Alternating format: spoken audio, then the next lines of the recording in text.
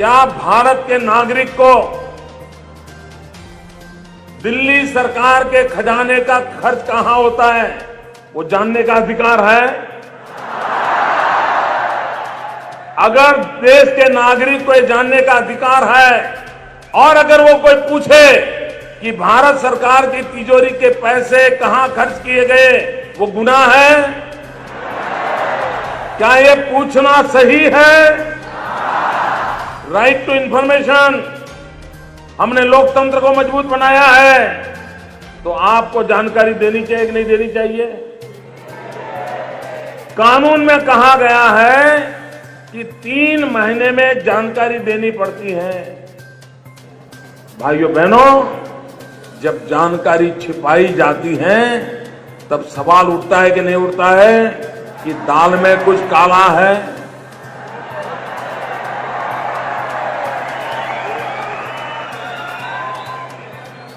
मित्रों, दाल में कुछ काला है कि पूरी दाल काली है, ये सवाल है। नमस्कार दोस्तों, मेरा नाम है विकास यादव और आप देख रहे हैं अचीव पॉइंट यूट्यूब चैनल। जैसा कि आपने वीडियो के अंदर देखा, वीडियो में मोदी जी कह रहे हैं कि अगर कोई गवर्नमेंट अपनी इंफॉर्मेशन छुपाती है तो दाल में कुछ काला होता है या फिर पूरी दाल ही काली होती है। हम इसी की बेसिस पे आप बात करेंगे आज। आपको जैसे पता है कि मोदी जी ने 28 मार्च को एक नया फंड बनाया। कौन सा फंड बनाया? PM care. इसको लेकर बहुत ज़्यादा सवाल हो रहे हैं, लोग क्वेश्चन पूछ रहे हैं, जो अपोजिशन है वो भी बहुत ज़्यादा क्वेश्चन पूछ रहे हैं। आज उसके बारे में हम बात करेंगे, इसकी पूरी इन्फॉर्मेशन आपके सामने रखेंगे और आपको दोनों नेगेटिव और पॉजिटिव दोनों व्यू आपको देंगे, जिससे कि आप खुद ही डिसाइड कर पाएँ कि क्या सही है और क्या गलत है। आपको जो इन्फॉर्मेशन है स्टेप बाय स्टेप हम लोग बात करेंगे। तो पहले देखिए, यहाँ पर 2 फंड पहले से, एक फंड था जो पहले से अवेलेबल था, दूसरा फंड पीएम केयर हो गया। तो हम बात करते हैं पहले जो पहले से अवेलेबल है, वो था पीएम नेशनल रिलीफ फंड। कब बना था? 1948 में ये फंड बना था। पिछले 70 सालों से ये हमारे देश में जो भी प्रॉब्लम होती है, जैसे अर्थक्वेक हो गया, फ्लड हो गया, जो भी नेचुरल डिजास्टर होते हैं, इसके अलावा किसी का kidney failure, something like this, उसमें भी ये हेल्प करता था। और आपको बता दें, 2018 और 19 में इस फंड के अंदर 3,800.44 करोड़ रुपए थे, यानी कि अभी इसमें इतने रुपए अवेलेबल थे इस फंड के अंदर, लेकिन इसका इस्तेमाल नहीं किया गया। एक नया फंड बना दिया गया। ठीक है, जरा इस फंड के बारे में और जान लेते हैं कि इसमें जो मतलब कौन कौन पावर में रहता है। जैसे मान लीजिए चेयरमैन कौन होता है, कौन किसका कंट्रोल रहता है। तो इसमें जो इसके जो चेयरपर्सन होते हैं, एक तो पीएम होते हैं, फाइनेंस मिनिस्टर होते हैं, इसके अलावा इंडियन नेशनल कांग्रेस की जो प्रेसिडेंट है वो इनमें वो भी इसमें भाग होते हैं कि उनकी भी इसमें अनुमति चाहिए। इसके अलावा जो प्राइवेट इंडस्ट्री है, ठीक है, उनका रिप्रेजेंटेटिव जैसे टाटा ट्रस्टी वो भी होते हैं, यानी कि 4-5 लोगों का एक ट्रस्ट होता है।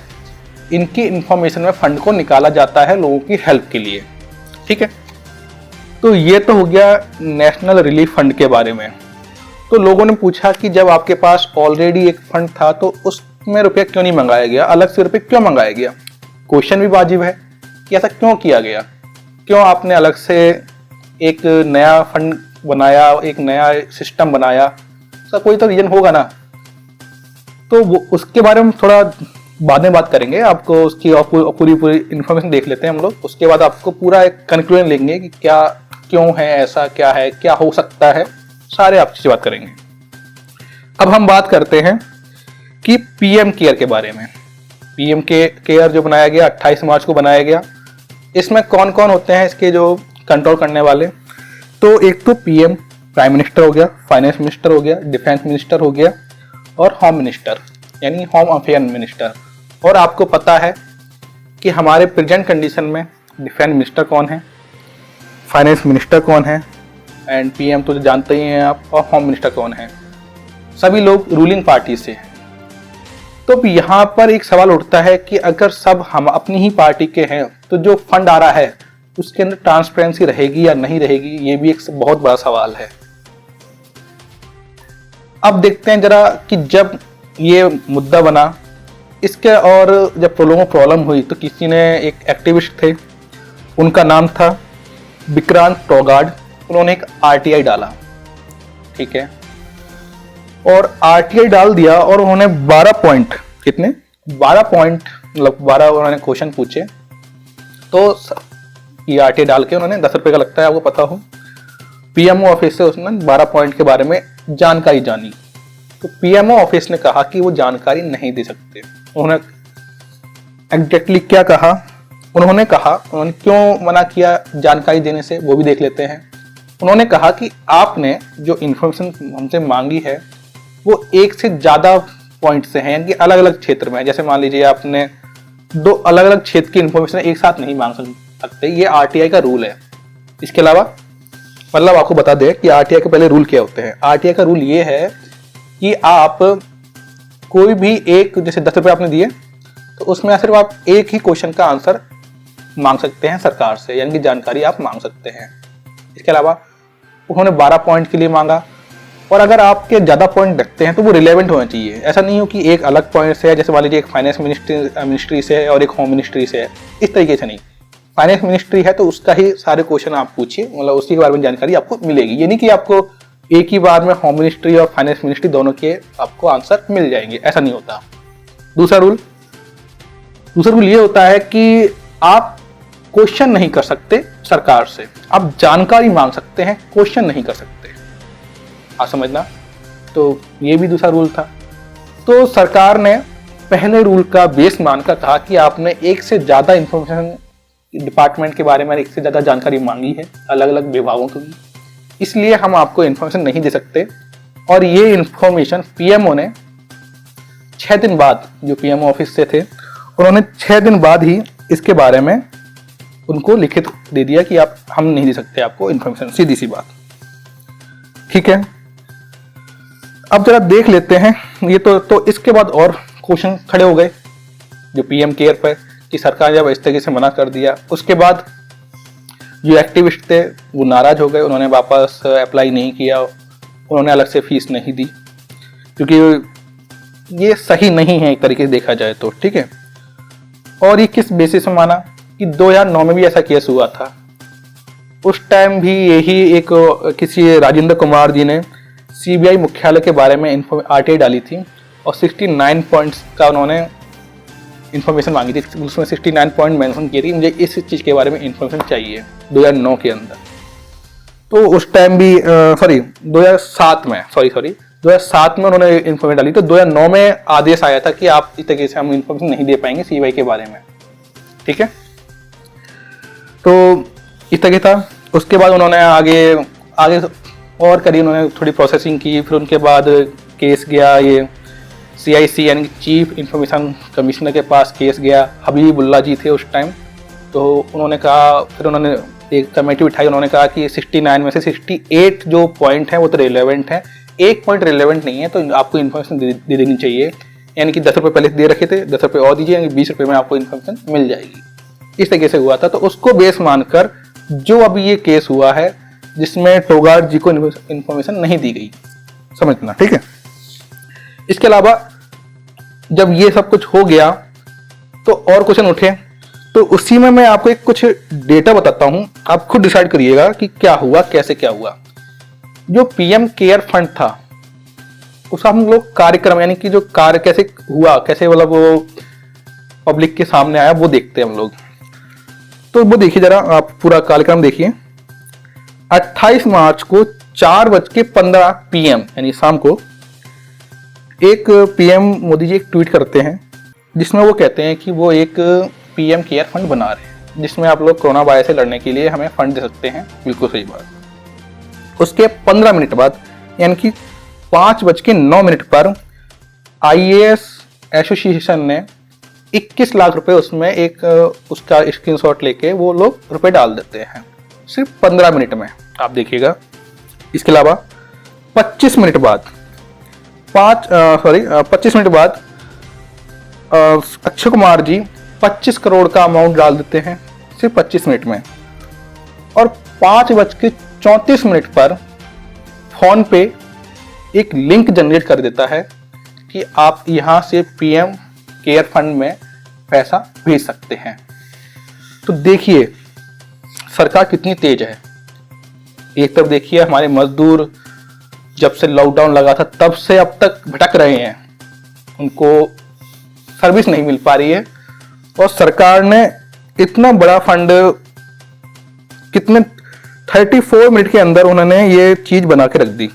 आप देखिए मतलब 30 से 40 मिनट के अंदर इतना बड़ा सिस्टम उन्होंने क्रिएट कर दिया देश के लिए, जिसमें अरबों खरबों रुपए आ जाते हैं।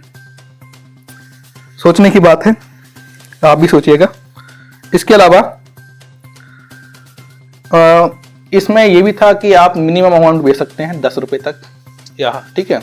इसके अलावा आपको इतने टैक्स में भी छूट मिलेगी, ठीक है। वो सब कुछ मतलब पहले से फिक्स था, ये भी लाया गया।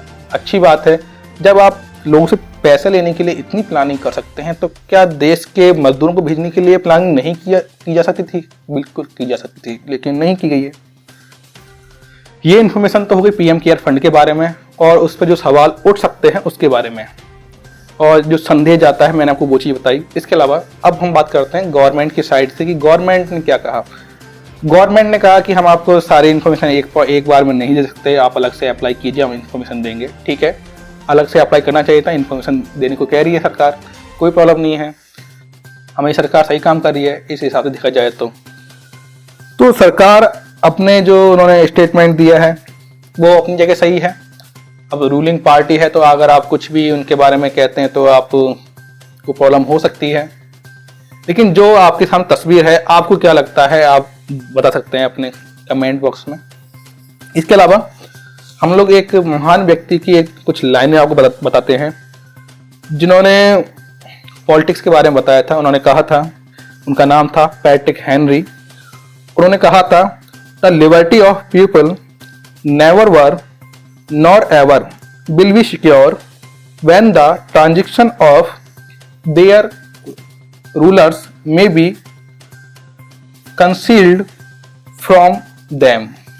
मतलब कि लोगों की स्वतंत्रता कभी नहीं थी, ना ही कभी सुरक्षित होगी जब तक उनके शासकों द्वारा जो लेन देन है उसको छुपाया जा सकता है। यानी कि अगर हमारे जो हम पे राज कर रहे हैं, यानी कि अगर हमारी गवर्नमेंट हमसे जो वो लेन देन करती है वो छुपाती है, तो हमारी स्वतंत्रता सुरक्षित नहीं हो सकती, यानी कि लोकतंत्र सुरक्षित नहीं हो सकता। ये एक बहुत महान व्यक्ति के विचार थे, उन्होंने सही भी कहा था। सरकार छुपा रही है, लोगों का कहना है, और अभी हमने जो डेटा देखा उसके हिसाब से भी यही है कि सरकार छुपा रही है। लेकिन सरकार कहती है कि वो कुछ नहीं छुपा रही है, पब्लिक के सामने सब कुछ ओपन है, हर चीज वो बता सकती है। अब समझ में नहीं आता सरकार किस मद में चूर है, क्यों वो ऐसा काम कर रहे हैं जो पब्लिक के अगेंस्ट हैं। ये तो हम 5 साल बाद ही देखेंगे कि लोग क्या जवाब देते हैं, क्या लोग समझ पा रहे हैं या नहीं समझ पा रहे हैं, ये तो बात की बात है। लेकिन प्रेजेंट कंडीशन में देखा जाए तो कहीं ना कहीं कुछ तो गड़बड़ लगती है, और जो पैसा है उसका सही इस्तेमाल हो रहा है या नहीं हो रहा है ये भी पता नहीं है। लेकिन अगर देखा जाए, एक तरफ ये वीडियो देखिए,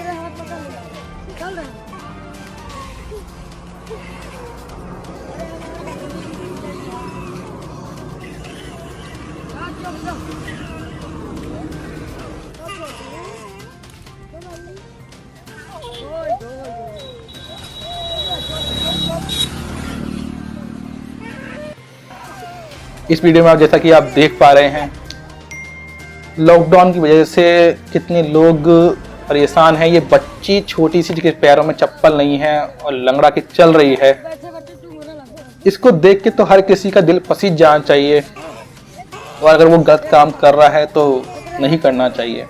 आगे लोगों के दिल की बात है, लोग की स्वभाव की बात है, उनमें क्या चेंज आता है कि नहीं आता है। आज के वीडियो में इतना ही था। फिर मिलते हैं किसी और खबर के साथ, ऐसी किसी इन्फॉर्मेशन के साथ। अगर आपकी जो भी ओपिनियन है वो अपने कमेंट्स बॉक्स में लिखिए, हम उसको ज़रूर देखेंगे। Thank you.